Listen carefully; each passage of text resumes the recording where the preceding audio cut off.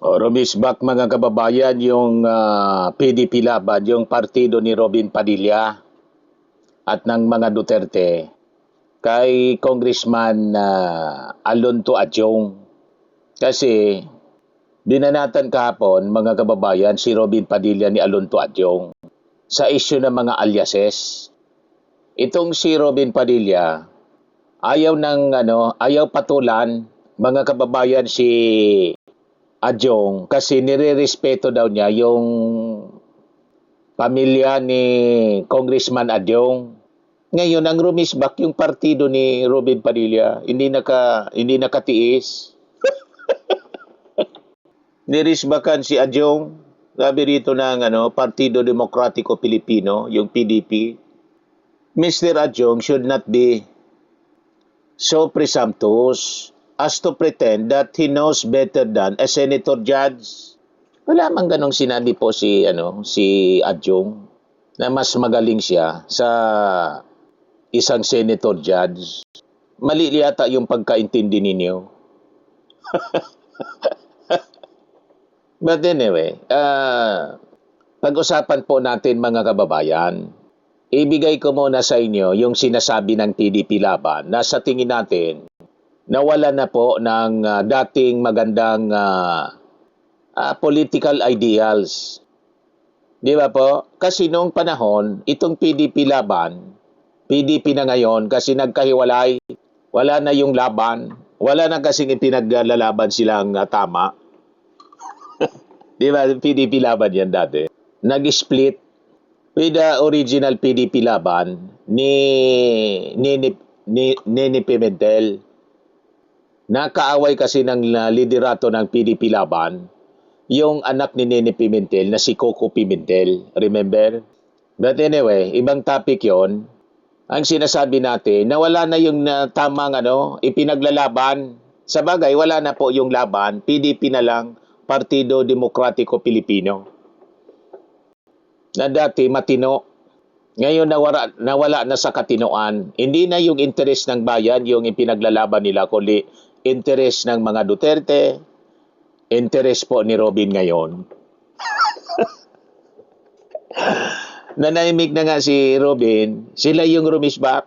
Ayan yung statement ngayon, sabi rito, sa balita mga kababayan ng News 5. Binatikos ng Partido Demokratiko Pilipino ang pahayag ni House Prosecution Spokesperson Representative C. Alonto Adjong tungkol sa pahayag ni Senator Robin Padilla sa impeachment trial kaugnay ng paggamit ng alias ng mga bayani ng bansa.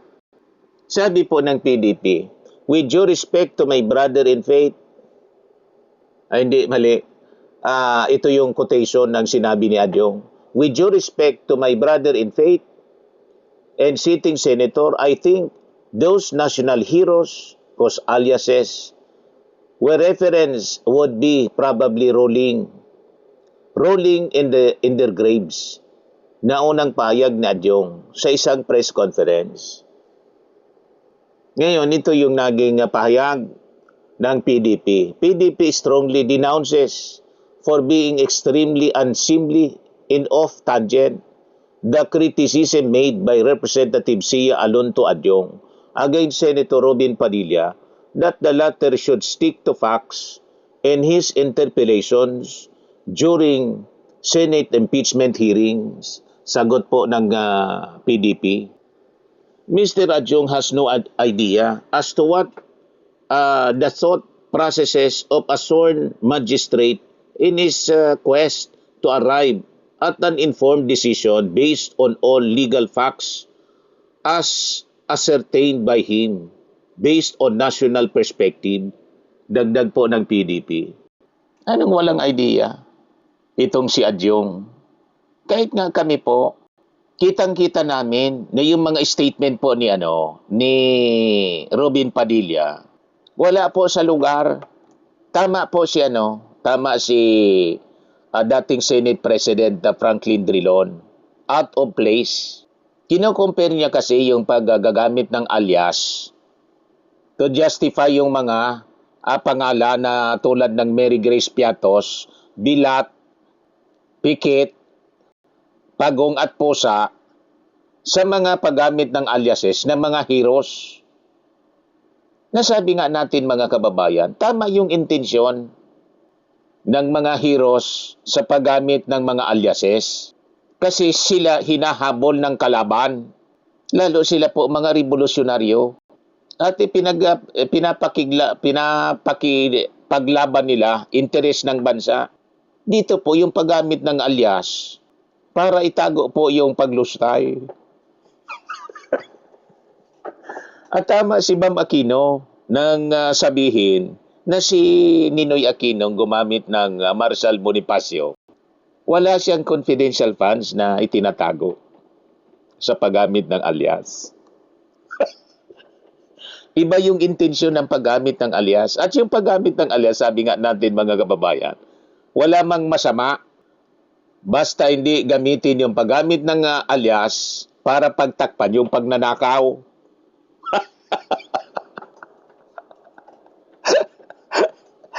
Para makalusot mga kababayan at palabasin may beneficiary na tumanggap ng confidential funds pero nang i-check po sa Philippine Statistics Office yung mga alias puro multo, wala mang totoong tao na nire-represent ng alias. Tama, puro multo na malamang nagre-represent lang yon mga kababayan ng iisang tao. Ng identity po si Chucky alias din. Nasasaktan kasi kayo kasi totoo, truth hurts. Tama po mga kababayan. Tama dito si tama yung punto ni Adjong. Insulting ito sa mga heroes natin. At malamang baka niya nagligid-ligid. Ruling. Sa inis. Di ba? Baka bumangon yung mga patay ng mga national heroes natin para sapakin itong siya. Di na may damay pa niya ninyo kami. Patay na kami at sinakripisyo namin yung aming buhay para sa bayan. Tapos gagamitin ninyo ang aming mga aliases to defend itong corruption na kinasangkutan ng Vice Presidente. Di ba? Tama si Adjong. Itong statement po ng PDP Laban, ito yung salto sablay para i-defend si Robin Padilla. Ito tama po si Adjong dito. An insult. Kasi sabi ni Adjong, misplaced niya. At maganda naman yung pagkasabi ni Adjong, with due respect to my brother in faith and sitting senator, I think those national heroes whose aliases were referenced would be probably rolling in their graves, sabi po ni Adjong. To put them on the equal footing as Miko Harina, as Andiling, as Miss Ngit is already again an insult to the sacrifices they have made for this country. Noted Adjong. In their deaths, the sacrifices they have made. Kasi malapit na pong National Heroes Day, the sacrifices they have made is actually diametrically opposite to the very practice of which these confidential funds were handled. So hindi po dapat yun ang analogy ang gagamitin natin. Diametrically opposite. Napakalinaw. Iba yung paggamit, yung intensyon ng mga hero sa paggamit ng alias, iba yung intensyon ni Sara Duterte sa paggamit ng alias na to. Tapos sasabihin ninyo, huwag mag-pretend si Adjong na mas may nalalaman. Mas magaling si Adjong kaysa kay Robin Padilla bilang senator judge. Sa totoo lang, dapat nga si Adjong ang bagay na maging senador kaysa kay Robin Padilla na undergraduate mga kababayan sa criminology. So mas may alam, mas may credential. At tingin natin, kitang-kita naman po, kahit sa pananalita, mas matalino itong si Adyong kaysa kay Robin Padilla na undergraduate mga kababayan sa criminology. Itong si Adyong mga kababayan, tiningnan ko yung educational credential niya. Magaling si Adyong oh. Si Alonto Adyong is the son of Mamintal Adyong Senior, Soraya Bijura Adyong. He earned a Bachelor of Science degree in Psychology from Xavier University, Ateneo de Cagayan. Magaling si magaling po si psychologist si Alonto Adyong, si Alonto Adyong. Graduate siya, degree holder. Si undergrad, criminology. Yan education. Philippine College of Criminology, undergraduate, BS Criminology. Hindi natin alam kung anong year siya. Third year ba siya? Fourth year? Hindi nakatapos? O second year lang? Basta undergrad. So malinaw na kung sasabihin ninyo na hindi dapat maging presumptuous, hindi man po presumptuous itong si Adyong, sinasabi lang ang totoo.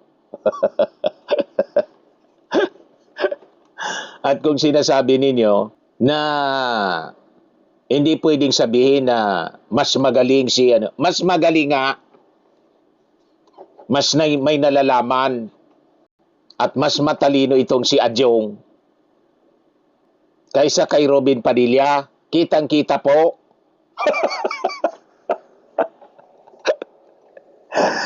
Kaya nga puro sablay ang mga pinagsasabi, irrelevant. Yan mga pinagsasabi ni Robin Padilla. Kung ano-ano yung itinatanong. Kaya napareact nga mga kababayan sa interview ng Billionaire News Channel, si dating Senate President and Justice Secretary Franklin Drilon, sabi niya, Padilla's mention of Ninoy Aquino out of place in BP Sara trial. Dapat nga sinaway ni Chis Escudero, sinabing out of topic niya, out of place, out of order. Di ba, mga kababayan? Basta lang kasi gusto niyang i-justify yung paggamit ng mga aliases. Yun ang punto ni Robin Padilla. Ginamitan niya ng mga heroes, so pwedeng gamitin ni Sara sa confidential funds. Yun ang line of thinking niya. Di ba? Malinaw yon. Kaya yung nang mag-attempt mga kababayan yung abogado, si Atty. Divina Gracia, gustong i-debate si Robin Padilla. Nagsumbong si Robin kay presiding officer, Chis Escudero. Sabi ni Robin, Mr. Presiding Officer, is she allowed niya?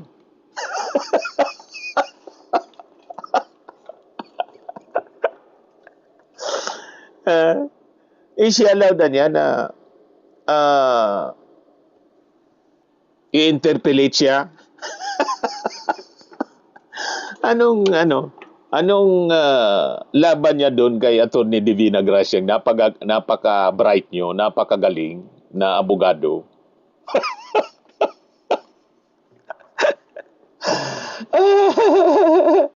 Ito siya, mga kababayan. Ba? Noong September 12, 1896, anong nangyari? Nagkaroon tayo ng 13 martires. Yung mga nagtrayo ay itinuro ang mga totoong pangalan, totoong lugar, kung nasaan yung mga sumusuporta sa Katipunan. If I may, Your One Honor. last na lang po. Kindly wind One up, last Senator na lang Padilla. po. If I may, Your Honor, just address your question earlier.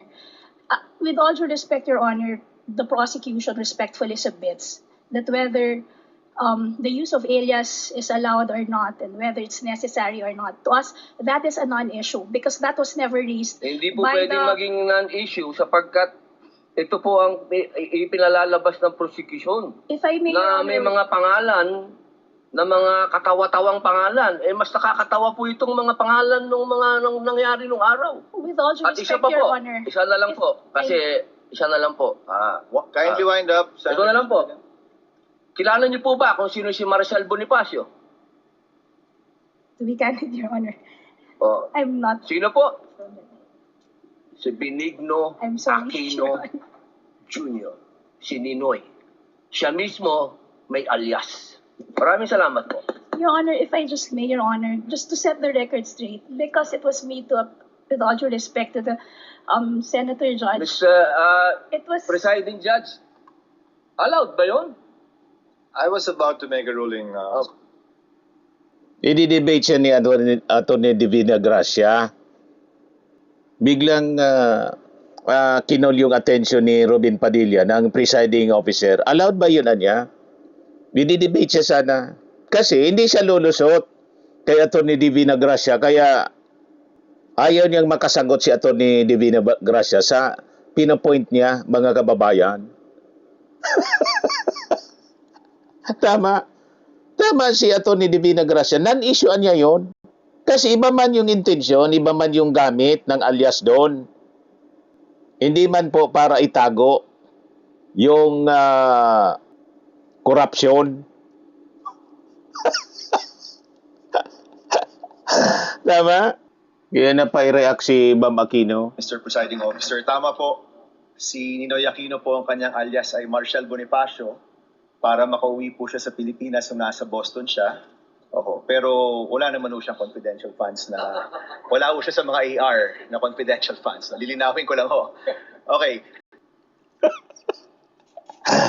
Di ba? O ngayon, galit yung PDP laban. Kasi binanatan mga kababayan ni Alonto Adjong.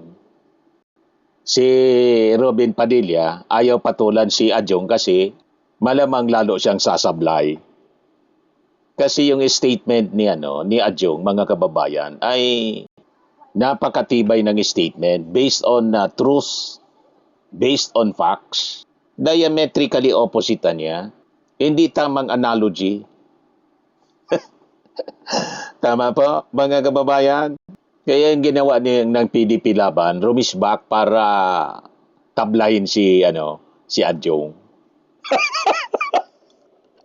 Yung pag-attempt nila tablahin si Adjong, sablay pa rin. Tama po, mga kababayan. Yun lang po, ang ating short video ngayon. Ako po si Dante Maravillas. Bye-bye po. God bless.